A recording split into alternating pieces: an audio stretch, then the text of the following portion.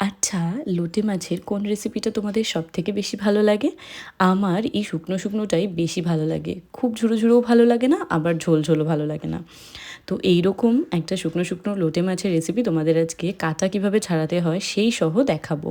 চলো, প্রথমেই আমি সর্ষের তেল দিয়ে দিয়েছি। আর 500 গ্রাম লোটে মাছের জন্য আমি এখানে 3টে মিডিয়াম সাইজের পেঁয়াজকে কুচো করে ভেজে নিয়েছি। তার সাথে অ্যাড করেছি আদা, রসুন, কাঁচা লঙ্কা বাটা 2 চামচ। রসুনের পরিমাণটা একটু বেশিই দিয়েছি, কারণ লোটে মাছে রসুনের পরিমাণটা একটু বেশি দিলে ভালো লাগে।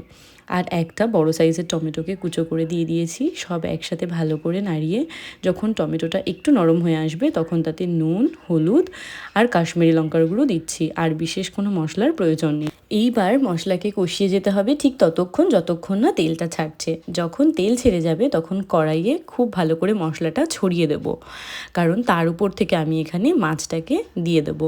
যদি গোটা গোটা মাছ আনো বাজার থেকে তাহলে গোটা মাছই এভাবে দিয়ে দিতে পারো। এইবার মাছ থেকে জল ছাড়া অবধি অপেক্ষা করতে হবে ওই 5-6 মিনিট মতন। ততক্ষণে মাছটা ভালো করে সেদ্ধ হয়ে যাবে।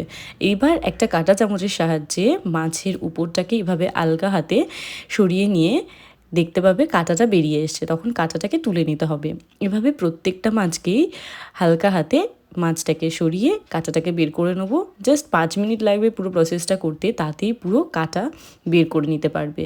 এতে কিন্তু রান্না হওয়ার পর মুখে আর কাঁটাটা লাগে না। দেখো কত সুন্দর সেপারেট হয়ে গেছে কাঁটাগুলো। এইবার তো একটু বেশি সময় ধরে মাছটাকে শুকিয়ে নিতে হবে, কারণ লোটে মাছ থেকে অনেকটা জল রিলিজ করে। তো সেটাকে খুব ভালো করে শুকিয়ে নিয়ে যখন দেখব একদম কড়াইয়ের গা থেকে উঠে আসছে তখনই বুঝতে হবে হয়ে গেছে। আর শেষে অবশ্যই কুচনো ধনেপাতা অ্যাড করো, তাতে কিন্তু ফ্লেভারটা আরও বেশি সুন্দর লাগে। কার কার লোটে মাছ প্রিয় কমেন্টে জানিও। বাই।